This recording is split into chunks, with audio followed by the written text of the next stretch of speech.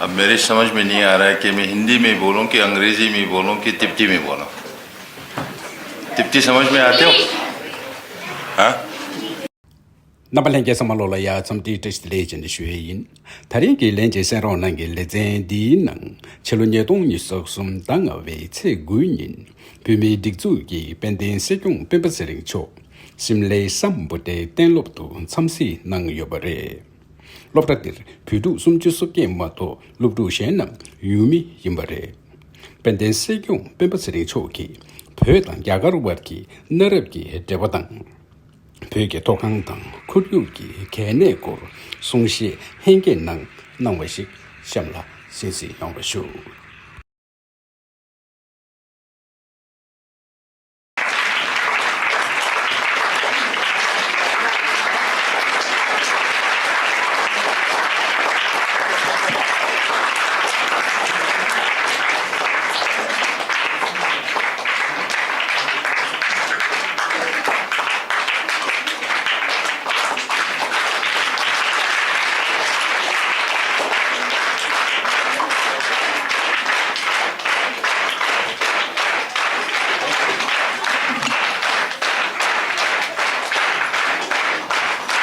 Thank you.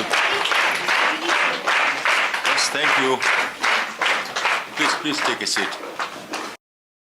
अब मेरी समझ में नहीं आ रहा है कि मैं हिंदी में बोलूं कि अंग्रेजी में बोलूं कि तिब्ती में बोलूं। तिब्ती समझ में आते हो?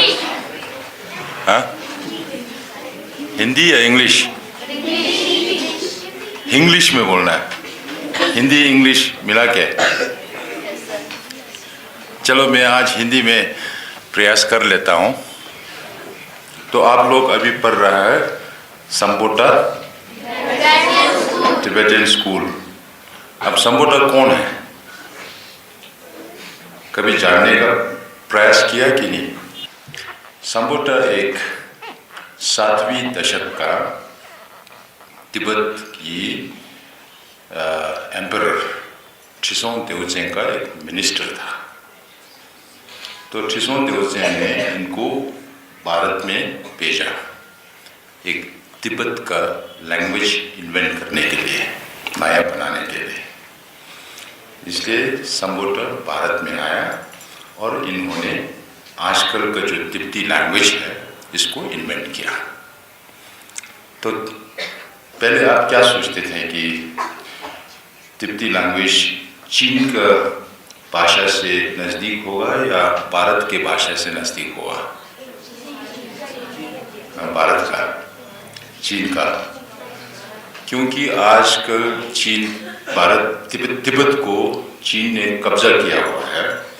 तो ज़्यादा लोगों को ये मन में आता है कि शायद तिब्बती का भाषा जो है वो भी चीन से होगा। वो नहीं है, तिब्बत का भाषा जो है वो भारत से आया।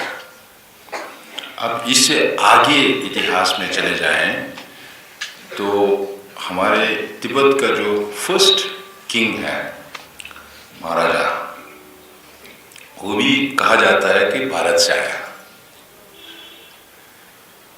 तो हम क्या बने? हम भी तो भारतीय बने।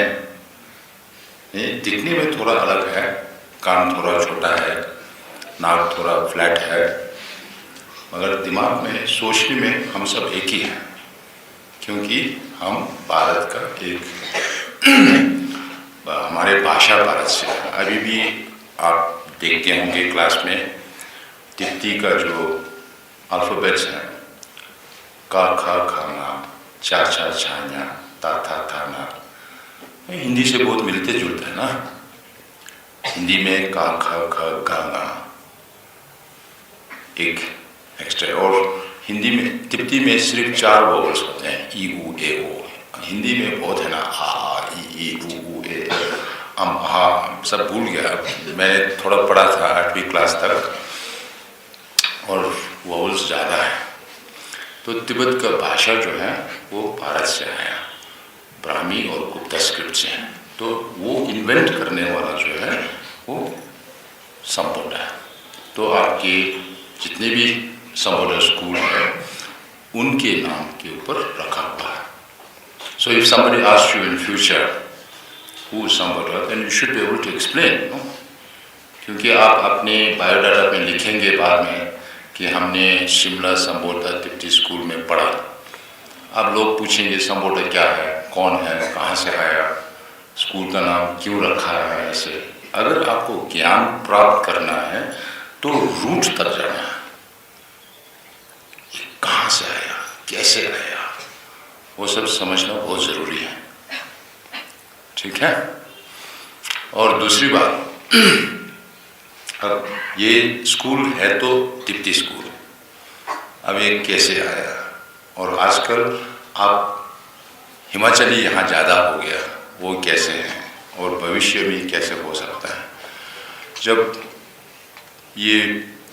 जब सिक्योंग का शपथ लिया, मैंने जब सिक्योंग का शपथ मई 27, 2021 में 2021 में जब लिया, उससे 8 दिन पहले भारत सरकार ने ये नोटिस भेजा गया कि ये 6 रेजिडेंशियल स्कूल्स हैं, डलहौजी, शिमला, हरबरपुर, मसूरी, दार्जिलिंग और कालिम्पोंग, ये 6 रेजिडेंशियल स्कूल्स को इस साल के अंत के अंतर्गत हमको लेना पड़ेगा। तो वो थोड़ा इमरजेंसी हो गया, क्योंकि मैं हो चुका था, फिर 7 महीना में ये सारा स्कूल टेक ओवर करने में दिक्कत था, इसलिए हम लोगों ने थोड़ा एक्सटेंशन मांगा। फिर भी 3 महीना का एक्सटेंशन हुआ और भारत सरकार का ये निर्णय था कि 31 मार्च 2022 से पहले ये सब काम ख़त्म हो जाना चाहिए, और जो एडमिनिस्ट्रेशन था, central Tibetan schools administration Delhi में, वो ऑफिस भी बंद किया जाएगा। वो सब भारत सरकार का निर्णय था। तो तब मैं एक बार यहाँ आया था, सब स्कूल में गया। दार्जिलिंग में तो पहले, डलहौजी में तो पहले बहुत तिब्बती स्टूडेंट हुआ करते थे। अब जब हम गया तो वहाँ 21 ही बच्चे थे, 21, और प्रिंसिपल से लेके स्टाफ 28 थे। 21 बच्चों के लिए 28 प्रिंसिपल और टीचर्स और स्टाफ पूरा मिला के। तो ऐसे सिचुएशन चेंज होते जा रहा है। और यहाँ शिमला में भी हमारे बच्चे कम होते गया, और फिर तिब्बती बच्चे कम होते गया, और हिमालय से जो बाकी है वहाँ से जितने भी संख्या है वो तो अभी भी चल रहा है। और फिर स्कूल में तो बच्चों चाहिए, तो आप लोगों को धीरे धीरे डालना, एडमिशन शुरू किया 2000 से लेके अभी तक। फिर अभी आप लोकल जो हिमाचली है वो ज़्यादा हो गया। फिर भी उस समय ये भी संकोच जताया गया कि अगर तिब्बती निर्वासित सरकार इस स्कूल को चलाएंगे तो फिर हमारे बच्चों को नुकसान हो जाएगा, हमारे बच्चों को बुद्धिस्ट बना देंगे और तिब्बती सीखना शुरू करेंगे।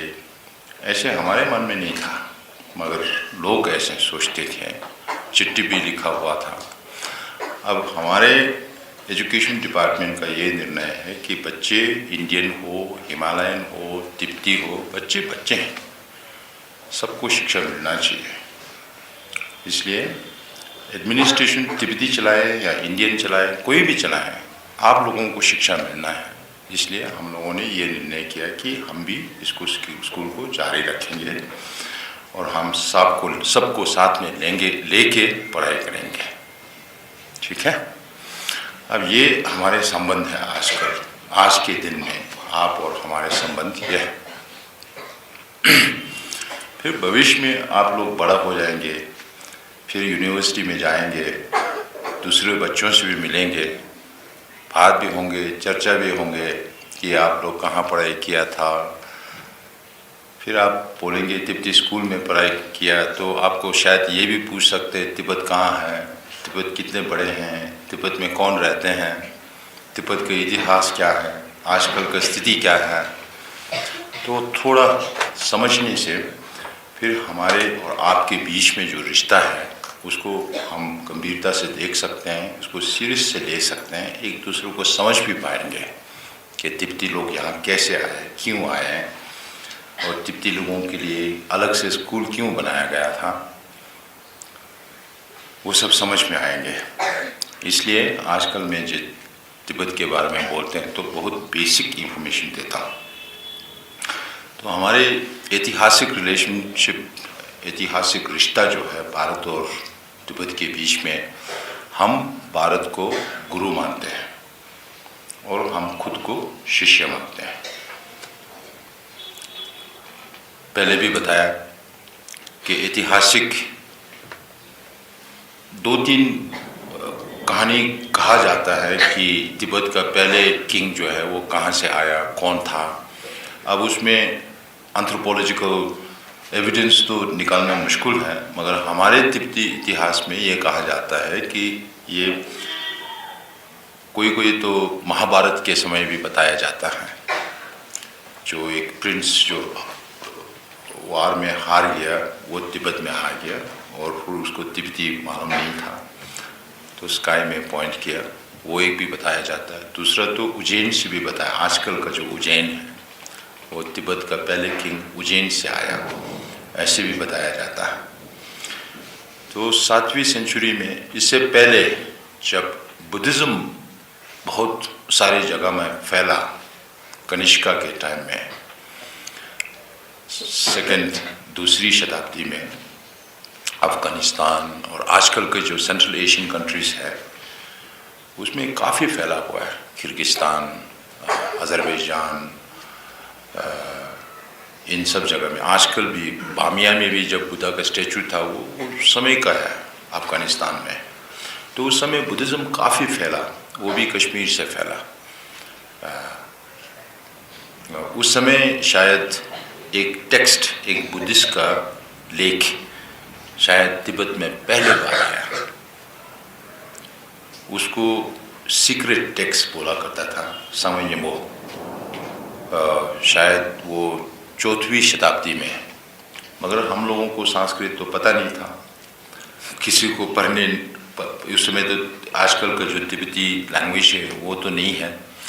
तो उस समय का जो राजा था थाथोतोरिन्जेन, उसने अलग से रख दिया कि इसको पढ़ने वाला शायद भविष्य में आ जाएंगे। और 7वीं दशक में पहले जो तिब्बत का एम्परर था वो सोंगसेन काम्पो, आजकल भी शायद इधर उधर होगा आपके यहाँ, हाउस जो है, हाउस डिवाइड करते हैं तो सोंगसेन ट्रिरेल जैसा बोलते हैं ना, वो सब तिब्बतन एम्परर्स के नाम पे ऊपर रखा हुआ है। उन्होंने एक कंसोर्ट, एक बीवी चीन से शादी की, चीनी से शादी की, और एक नेपाली से शादी की, और तिब्बती भी थे। तो उस समय से भारत का पहले नेपाल और चीन के बीच में रिश्ता शुरू हो गया। और चीन उस समय से ही बुद्धिस्ट कंट्री बन चुके थे। चीन में बुद्धिज़्म शायद 2री-3री शताब्दी में गया, तिब्बत से पहले। और वहाँ से भी एक बुद्ध शाक्यमुनि का एक स्टैचू लेकर आया। नेपाल से भी, नेपाल का जो प्रिंसेस भृकुति है, उन्होंने भी तिब्बत में एक बुद्ध शाक्यमुनि का एक स्टैचू लेके आया। तो अभी भी ये 2 स्टैचू जो है तिब्बत में बहुत सेक्रेट माना जाते हैं, और चोखांग टेम्पल में है अभी भी। फिर 8वीं सेंचुरी में किंग थिसुम देजेन था। ये 7 से 9 सेंचुरी शताब्दी में तिब्बत का इलाका बहुत बड़ा था। हम लोगों ने चीन का कैपिटल शियांग को भी कब्जा कर लिया और हमारे एक पपेट रूलर भी डाल दिया। वेस्ट में आजकल का उज़्बेकिस्तान में समरकंद जो है वहाँ तक फैला हुआ था। तिब्बत का एम्पायर जो है बहुत बड़ा था। तो सेंट्रल एशिया में एक बहुत बड़ा एम्पायर माना जाता था। 8वीं दशक में सोंगजेन गंबो के समय फिर भारत से आया शांतारक्षिता, एक पंडित, वो भी नालंदा से पढ़ा हुआ। तो आजकल भी परम पूज्य दलाई लामा जी बोलते हैं, रहते हैं कि हमारे जो बुद्धिस्ट का सोर्स जो है वो नालंदा का ट्रेडिशन है, नालंदा का सांस्कृतिक बुद्धिस्ट है। क्योंकि उसमें आज भी आपने देखा है ना, डायलेक्टिक्स, लॉजिक बहुत यूज़ करते हैं। और बुद्ध ने खुद कहा कि हमने जो टीचिंग किया है उसको सिर्फ ऐसे ही आप ना मानिए। जैसे आप सोना को टेस्ट करते हैं कि ये सच्ची सोना है कि नहीं, काट के जला के जो भी है, उसी तरह हमने जो बताया है उसको भी आप अपने दिमाग को प्रयोग करके क्या सच है क्या झूठ है, आप बुद्ध को भी अगर अपने दिमाग से और अपने लॉजिक से अगर आप बुद्ध को डिसप्रूव कर सकते हैं तो अभी भी बोल सकते हैं, आज के ज़माने में भी बोल सकते हैं, वो ब्लास्फेमी नहीं होता। ये है नालंदा ट्रेडिशन कि अपने दिमाग को यूज़ करो, रीज़न को यूज़ करो, सच्चाई को यूज़ करो, खोज करो। ठीक है। इस 8 सेंचुरी में ऐसे हुआ। फिर शांता रक्षिता ने बोला कि हम आपको संस्कृत का भाषा सिखाने के वजह आपके अपने भाषा है, तो क्यों ना आप इसको पूरा अपने भाषा में ट्रांसलेट करें। तो तिब्बती एम्परर चिजोंग तेओजी ने भी ये मान के फिर जितने भी बौद्ध का संस्कृत टेक्स्ट हैं उस समय हम लोगों ने पूरा तिब्बती में ट्रांसलेट किया। So we must have had the biggest transliteration house in the world in 8th century, because we translated every available Buddhist text from Sanskrit to Tibetan. तो आजकल हम लोग ये बोलने में गर्व करते हैं कि हमारे जो संस्कृति है, बौद्ध धर्म जो है तिब्बत में, वो भारत का एंशिएंट विजडम का एक अंग है, और हम लोगों ने अभी तक इसको प्रिजर्व करके रखा है। और आजकल तिब्बती में से संस्कृत को वापस ट्रांसलेशन चल रहा है, और ट्रांसलेशन करना भी आसान है क्योंकि लैंग्वेज सिमिलर है, मिलते जुलते हैं। तो ऐसा हमारा रिश्ता रहा। ये समझ में आने से फिर आप लोगों को पता चलेगा कि तिब्बती लोग हमसे इतना अलग नहीं है। हालांकि देश अलग हैं, अभी चीन ने कब्जा किया हुआ है, वो अलग बात है, मगर संस्कृति में, धर्म में सब हम इंडिया से मिलते हैं और इंडिया को हम गुरु मानते हैं। फिर 9 से 13 शताब्दी तक तिब्बत अलग अलग हो गया। एक मजबूत राजा या रानी जो भी है, सब जुड़ के इकट्ठा करके रख नहीं पाया। तो उस समय मंगोल बहुत पावरफुल हो गया। जिंगिस खान का नाम सुना है ना? तो जिंगिस खान ने तो आधा दुनिया कब्जा कर लिया। तो आजकल चीन में ये भी चर्चा होता है कि सच्ची चीनी कौन है? हान चीनी है, मंचू को चीनी माना या ना माने, मंगोल्स को चीनी माने या ना माने। अगर मंगोल्स को भी चीनी माने तो फिर आजकल चीन सरकार ये भी बोल सकता है कि हम दुनिया का आधा हिस्सा पूरा चीन का हिस्सा है, क्योंकि जिंगिस खान ने इतने ही जगह कब्जा कर लिया था उस समय। तो चीन और तिब्बती और मंगोल्स पहले से रिश्ता था। बाद में 13वीं दशक में, शताब्दी में, 13th सेंचुरी में, और मंगोल्स और तिब्बती का रिलेशनशिप हो गया। मंगोल्स लोग सब काटते थे। जिंगिस खान का कब्जा करने का नीति ही ऐसा है कि अगर आपको धर्मशाला को कब्जा करना है तो पहले शिमला आके सबको मार देते हैं, और जब धर्मशाला पहुंचेंगे तो वो लोग झगड़ा ही नहीं करेंगे, सब सरेंडर कर लेते हैं। वैसे किया हुआ था, क्योंकि कोई ठीक से रिलीजन भी नहीं था, धर्म भी नहीं था इसको गाइड करने के लिए।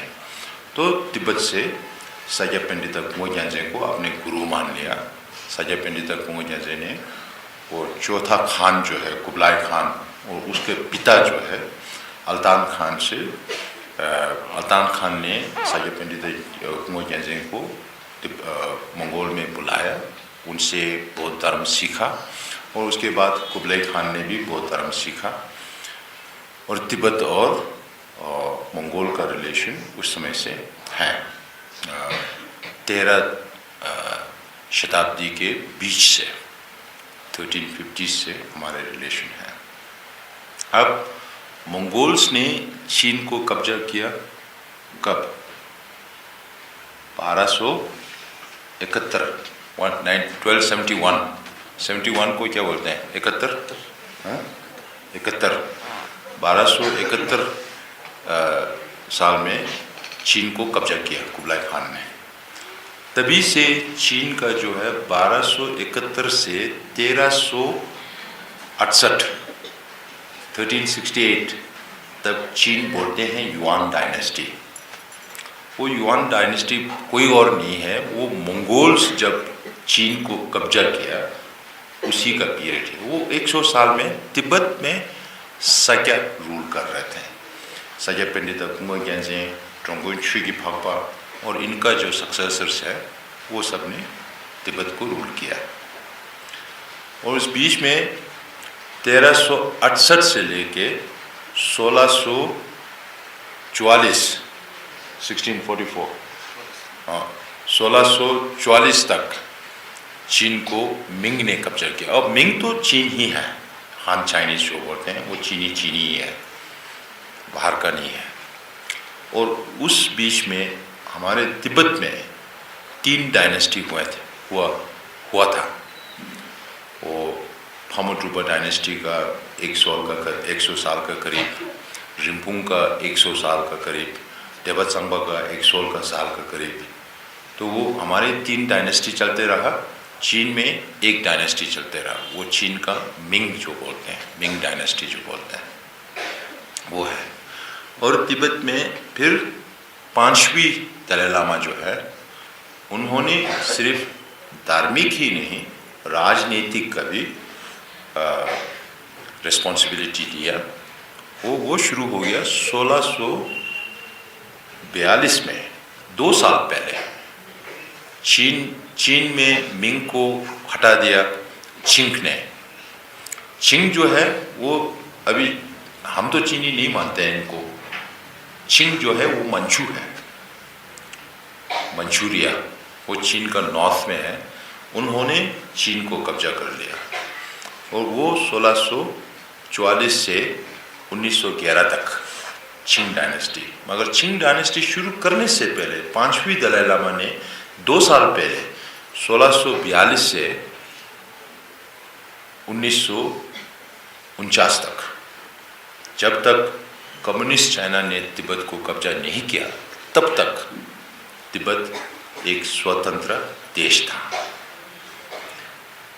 शायद आप लोगों ने तिब्बत की हिस्ट्री नहीं पढ़ा होगा, इसलिए मैंने सोचा रेगुलर क्लास में तो आप जो पढ़ाई कर रहा है वो तो इतने टीचर्स हैं आपके पास, तो वो तो पढ़ते रहते हैं।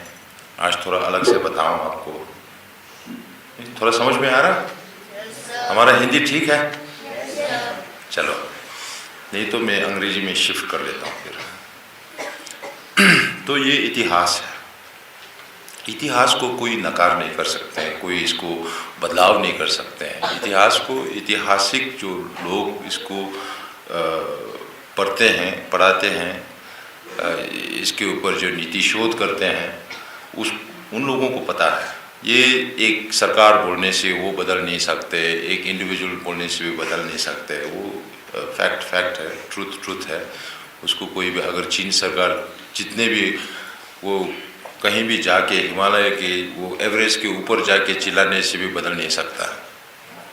तो आजकल हम जब विदेश में जाते हैं, नेता लोगों से मिलते हैं और फॉरेन ऑफिस से मिलते हैं, तो हम उनको बताते हैं कि आप जब जैसे चीन सरकार आपको बोलने के लिए कहा करते हैं कि तिब्बत चीन का एक अंग है या हिस्सा है, तो हम उनको बोलते हैं कि आप अंतर्राष्ट्रीय नियम के खिलाफ जा रहे हैं।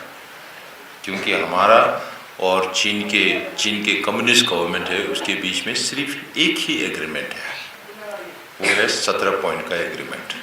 वो 1951 के मई में रखा था, 1951 का मई महीना में रखा था क्योंकि 1950 के अक्टूबर में तिब्बत के हिस्सा छाम्दो को कब्जा कर चुके थे।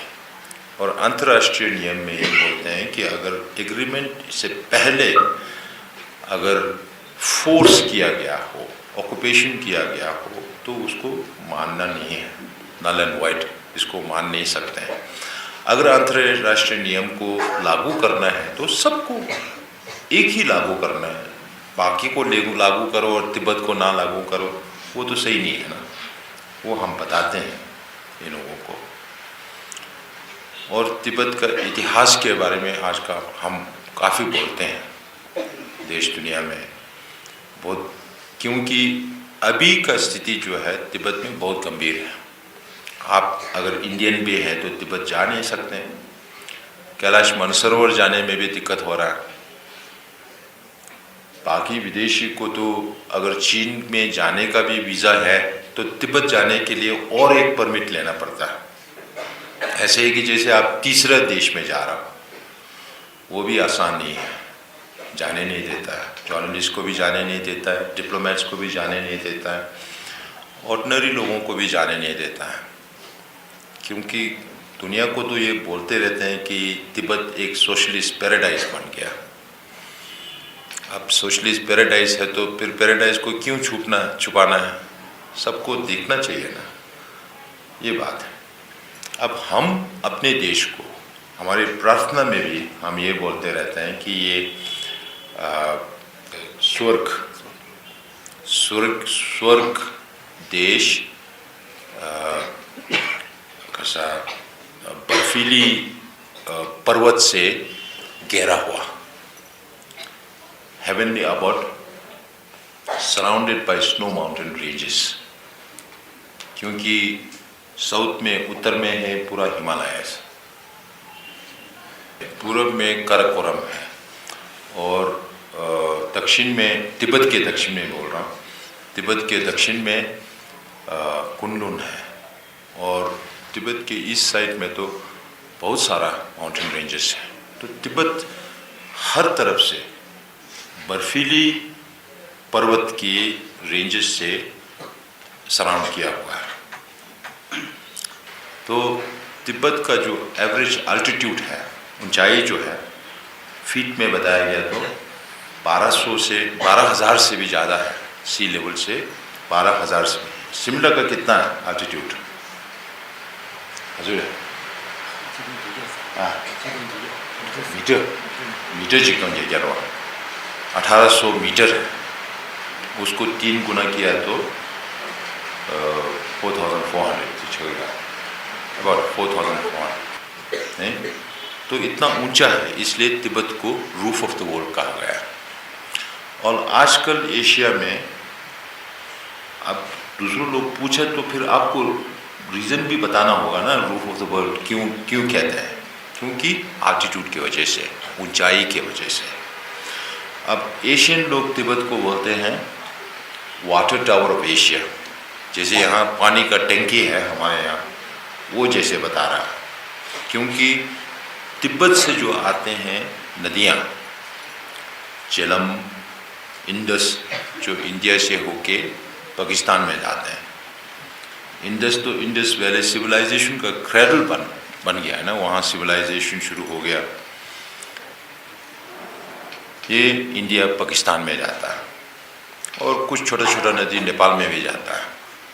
और जो बड़ा नदी है तिब्बत में चांगपो जो बोलते हैं, और अंतर्राष्ट्रीय ब्रह्मपुत्र बोलते हैं, वो तिब्बत के वेस्ट से के आके ईस्ट जाता है, फिर वहाँ से एक यू बेंट लेके इंडिया में आ जाता है, अरुणाचल प्रदेश में।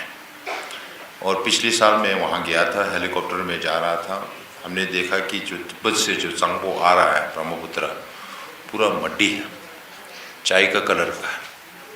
और जितने भी छोटा छोटा रिवलेट्स जो ट्रिब्यूटरीज हैं, बहुत ही प्रिस्टीन क्लियर है। और वो 2018 से चल रहा है, 4-5 साल चल रहा है। इसका मतलब है कि वहाँ बहुत काम चल रहा है। हमारे सोचने में ये है कि वहाँ जो द ग्रेट बेंट बोलते हैं, वहाँ एक चीन सरकार एक डैम बना रहा है जो अभी तक का सबसे बड़ा डैम, थ्री गॉर्जस डैम जो चीन में है, उससे भी दुगना बड़ा बना रहा है। अब हिमालय क्षेत्र तो पूरा सिस्मिक जोन है, अर्थक्वेक भी हो सकता है। अगर उस साइज का डैम को कुछ डैमेज हो गया तो अरुणाचल का वो क्षेत्र और फिर पूरा असम और पूरा बांग्लादेश पानी में ले जाएगा, बह जाएगा। अब वो चीन तो सोचेगा नहीं, भारतीय का लाभ के लिए सोचेगा नहीं। अब ये एनवायरमेंटल स्टडीज वालों को भी दिमाग में सोचने में आ रहा है कि ऐसे हो रहा है। और फिर इरावदी और सल्वीन जो है वो बर्मा में जाते हैं। मेकोंग जो है तिब्बत से आते हैं, Burma, Laos, Cambodia, Thailand, Vietnam, 5 देश में जाता है साउथ ईस्ट एशिया का। और साउथ एशिया का पाकिस्तान हो गया, नेपाल हो गया, इंडिया हो गया, बांग्लादेश हो गया, 9 देश हो गया। अब चीन में जो पानी जाता है वो तिब्बत से जाते हैं। नॉर्थ में जो है येलो रिवर, और yellow river is the cradle of Chinese civilisation. और साउथ में जो जाता है यांगसे रिवर बोलते हैं। ये दो है, ये चीन का लाइफ लाइन है। ये 2 रिवर्स नहीं है तो चीन लोग जी नहीं सकते हैं। तो कोई साइंटिस्ट ये भी बताते हैं कि जो तिब्बत से पानी आता है इसके ऊपर डायरेक्टली या इनडायरेक्टली 1.8 बिलियन टू 2 बिलियन, मतलब आजकल के दुनिया के जनसंख्या जितने भी हैं उनके करीब 25% का लोग तिब्बत से आए हुए पानी से जुड़ा हुआ है। उनके खान पान सब कुछ इससे जुड़ा हुआ है। तो तिब्बत से जो पानी आता है वो बहुत ही महत्वपूर्ण है। कुछ लोग बोलते हैं कि तीसरा वर्ल्ड वॉर पानी की वजह से हो सकता है। और हम जिस देशों के अभी बात कर रहे थे, चर्चा कर रहे थे, चीन, भारत, सबसे ज़्यादा जनसंख्या है दुनिया में, most populated Nations in the world. Now India has overtaken. अब इंडिया सबसे बड़ा हो गया जनसंख्या में, चीन सेकंड हो गया। अब ये 2 ही मिलाने से 2.8 मिलियन हो गया नहीं। फिर इसके ऊपर पाकिस्तान में कितने लोग हैं, नेपाल में कितने लोग हैं, Burma, Laos, Cambodia, Thailand, Vietnam, some of these countries are most densely populated areas in the world. बहुत ही जनसंख्या ज़्यादा है। तो चीन तो भारत को इतने पानी है, ये हो सकता है, वो नहीं हो सकता है करके हाइड्रोलॉजिकल डेटा जो है वो शेयर नहीं करते हैं भारत के साथ, पाकिस्तान के साथ भी नहीं करते हैं, बर्मा के साथ भी नहीं करते हैं, लाओस, कंबोडिया, थाईलैंड, वियतनाम, सबके साथ नहीं करना है। पानी शेयरिंग करना तो छोड़ दो। अगर तिब्बत में बहुत पानी हो गया तो बहने देता, फिर फ्लड हो जाता। कम हो गया तो वो पानी का टैप जो है ना ऐसे बंद कर लेता, फिर नीचे पानी नहीं मिलता, सूखा हो जाता है। इतना इम्प्लीकेशंस है। और आजकल चीन का पर्यावरण वैज्ञानिक जो है वो लोग बोलते हैं तिब्बत को 3rd पोल। कभी सुना? नहीं सुना? 3rd पोल। अब दूसरा पोल क्या क्या है? POLE। दूसरा पोल क्या क्या है? हाँ, नॉर्थ पोल और साउथ पोल। अब तिब्बत को तीसरा पोल कहा गया। क्यों? क्योंकि तिब्बत में जितने भी नदी बहते हैं इन सब नदी का सोर्स जो है वो ग्लेशियर्स होता है, पर्माफ्रॉस्ट होता है। वो तिब्बत में सबसे ज़्यादा है। ये 2 पोल्स छोड़ के अगर दुनिया में ग्लेशियर्स और पर्माफ्रॉस्ट का रिजर्व है तो वो तिब्बत में है। अब वो धीरे धीरे मेल्ट हो जाता तो नीचे देशों को पानी नहीं मिलेगा, पानी का संकट हो जाएगा। पोल्स में तो आइस कम हो जा रहा है। अगर लेटेस्ट ये क्या है IPCC रिपोर्ट में कहा जाता है कि पोल्स में जितना भी क्लाइमेटिक चेंज हो रहा है वो 3 गुना ज़्यादा हो रहा है एवरेज से, और तिब्बत में जो चेंज हो रहा है 2 गुना हो रहा है। तो तिब्बत के जो एलिवेशन है, प्लेटो जो रूफ ऑफ द वर्ल्ड कहा जाता है, उसके ऊपर जेट स्ट्रीम्स जो जाता है, इसके वजह से यहाँ मानसून को भी इफेक्ट होता है। पानी, बारिश कब आए, बारिश लेट आता है, पहले आता है। अभी से पाकिस्तान में प्रॉब्लम हो गया पानी का, बारिश बहुत ज़्यादा हो गया। अब ये सब तिब्बत के पर्यावरण से निर्भर होता है, डिपेंड होता है इसके ऊपर। तो तिब्बत जो है वो जियो स्ट्रेटेजिकली भारत और चीन के बीच में इतने हजारों साल बफर रहा, इसलिए तिब्बत और चीन के बीच में, भारत और चीन के बीच में कभी सीमा था ही नहीं। आपने कभी, आपके बुजुर्गों ने कभी सुना ही नहीं चीन और भारत का सीमा जो है। अभी भी आप लोग देख लो, सीमा के सामने Indo Tibetan border force, Indo Tibetan border police Bharat सरकार ने अभी भी रखा हुआ है, उसको बदलाया नहीं है। तो भारत सरकार का जो मानना है वो तिब्बत का सीमा है, चीन का सीमा नहीं है। जब से चीन ने तिब्बत को आक्रमण किया, कब्जा किया, उस समय से लेके फिर पहले बार भारत और चीन के बीच में लड़ाई हो गया 1962 है। हम भी अभी सीख रहा है नंबर, थोड़ा थोड़ा हिंदी का नंबर। तो 1962 में पहले बार आक्रमण हुआ, पहले बार झगड़ा हुआ। तो अभी भी क्या चल रहा है आप लोगों को सुनाई में दे रहा है ना, लद्दाख पे क्या चल रहा है, दार्चुला में क्या चल रहा है, सिक्किम में क्या चल रहा है, तवांग में क्या चल रहा है। बॉर्डर एरियाज में काफ़ी आक्रमण कर रहा है चीन लोग। अब वो क्यों कर रहा है, इसलिए हम बाहर जो न्यूज़ वाला है उसको बता रहा था कि क्यों कर रहा है वो लोग। वो शायद थोड़ा ज़्यादा हो जाएगा आप लोगों को। आज इतना समझ लो कि तिब्बत जो है बहुत बड़ा क्षेत्र है। इसलिए मैं जापान गया, तब मैं बच्चों से पूछा आपके जापान कितने होंगे तिब्बत में। जापान का साइज जो है वो 18 गुना एक तिब्बत बनता है। यूके का 10 गुना एक तिब्बत बनता है। तो इलाका बहुत बड़ा है। चीन का 23 से 25% तक का इलाका है तिब्बत का इलाका, मगर लोग बहुत कम हैं, इसलिए वहाँ सिर्फ 7 मिलियन तिब्बतियंस हैं आजकल तिब्बत में पूरा मिला के।